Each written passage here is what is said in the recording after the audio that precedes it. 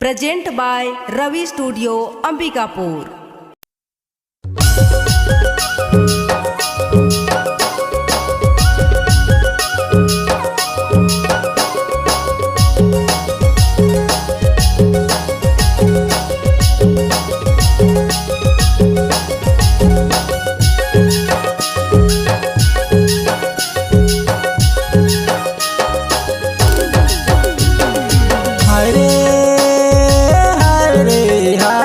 अलबेली छौड़ी सरगुजिया कर महर लागे रसादार रे।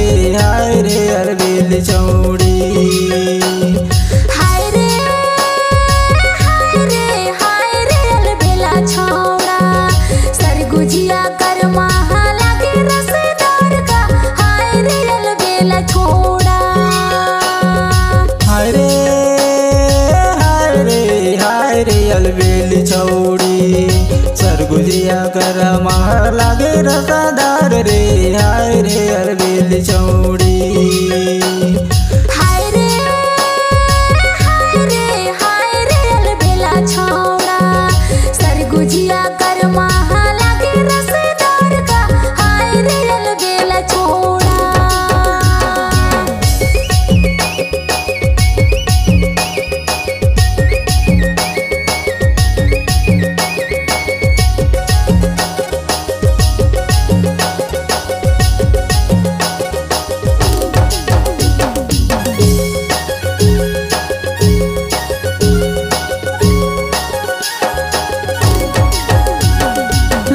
लाली लुगरा तोर लागे चमकदार, तोर मोर माया लागे जोरदार।